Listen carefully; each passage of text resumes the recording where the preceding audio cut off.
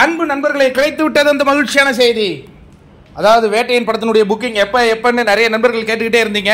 கிடைத்து விட்டதுங்க அதுக்கான மகிழ்ச்சியான செய்தி. இப்போ ராகேஷ் கௌதம் இவங்க வெற்றி தியேட்டர் ஓனர், அவர் வந்து ட்வீட் பண்ணியிருக்காரு, Hunter is coming, booking to open tomorrow evening அப்படின்னு போட்டிருக்காரு. அதுலேருந்து நீங்கள் என்ன தெரிஞ்சுக்கிறீங்கன்னா, இப்போ வெற்றி தியேட்டரில் மட்டும் நாளைக்கு ஓப்பனிங் கிடையாது, புக்கிங்கு தமிழ்நாட்டில் இருக்கிற எல்லா தியேட்டர்லையும் நாளைக்கு புக்கிங் ஓபன் பண்ண போறாங்க. அதாவது ஃபுல் ஃபிளெஜ்டா சண்டேலேருந்து தான். ஆனால் நாளை பல திரையரங்குகள்ல, முக்கியமான திரையரங்குகள் அப்படின்னு சொல்லுவாங்க இல்லையா, அதுல எல்லாத்துலயும் நாளைக்கு புக்கிங் ஓபன் பண்றாங்க. செமையான ஹாப்பியான நியூஸா?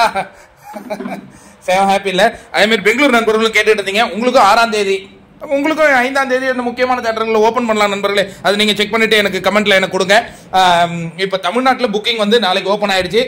நான் முன்னாடியே சொன்னது போல ஆந்திரா தெலுங்கானால புக்கிங் ஓபன் பண்ணிட்டாங்க, அவங்க ஆல்ரெடி ஓபன் பண்ணிட்டாங்க. கேரளா நிலவரம் தான் சொல்லணும் இல்லையா, கேரளால அவங்க முன்னாடியே இந்த ஃபேன்ஸ் டிக்கெட்ஸ் வித்துக்கிட்டு இருந்தாங்க. பட் புக்கிங் நிலவரத்தை இன்னும் கொஞ்சம் நேரத்தில் நம்ம அப்டேட் பண்ணி ஆகணும். இப்போ தமிழ்நாட்டு நிலவரம் தான் நிறைய நண்பர்கள் கேட்டுக்கிட்டே இருந்தாங்க.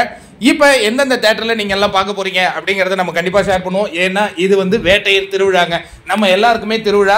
சூப்பர் ஸ்டார் ரஜினிகாந்த் அவர்களும் பூரண உடல்நலம் பெற்று அவரும் இல்லத்துக்கு வந்துட்டாரு. அதனால சந்தோஷமா இருந்தது. ஏன்னா ட்ரெய்லர் ரிலீஸ் ஆகும்போது கூட நமக்குள்ள ஒரு மாதிரி உண்டிங்கா இருந்தது. என்ன தலைவர் ஹாஸ்பிட்டலில் இருக்காரு, நம்ம இந்த ட்ரெய்லரை செலிப்ரேட் பண்ணலாமா வேணாமான்னு.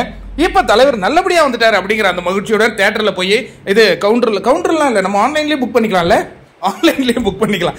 என்ன ஒரு வருத்தமான செய்தினா, எல்லா பகுதிகளிலும் 4 மணி ஷோ தான், தமிழ்நாட்டில் மட்டும் 9 மணி ஷோங்க.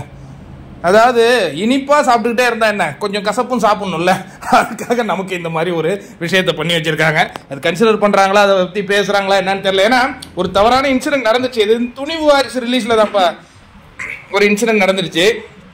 அதற்கு இவங்க என்ன பண்ணலாம்னா, இந்த மாதிரியான விஷயங்கள்லாம் தவிர்த்துட்டு நீங்க படங்கள் மட்டும் கரெக்டா பண்ணுவீங்களா அப்படிங்கிற மாதிரி தேட்டர்காரங்கிட்ட ஒப்பந்தம் போட்டு பண்ணலாம். சரி பார்ப்போம், நல்லது நடக்கும்னு நம்ம நம்புவோமா?